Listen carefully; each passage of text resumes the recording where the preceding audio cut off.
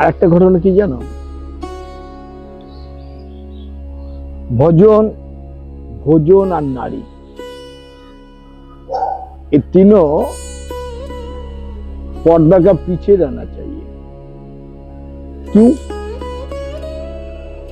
না দেখো, তুমি যদি ভোজন করছো সবার সামনে, কেউ তো অভুক্ত থাকতে পারে তোমার ওই ভোজনের দিকে তাকিয়ে,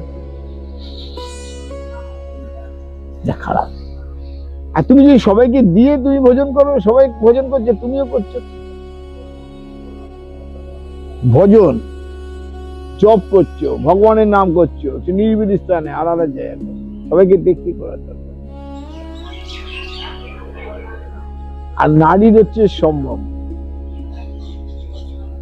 যে নারীর সম্ভ্রম থাকে না, সম্ভ্রম হচ্ছে পর্দা, লজ্জা। যে নারীর লজ্জা চলে যায় সেই নারী আর নারী থাকে না।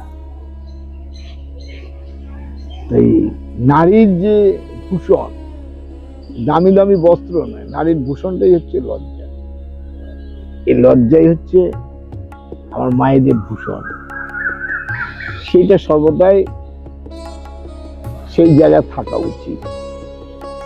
জয় মা, জয় ঠাকুর শ্রী রাম।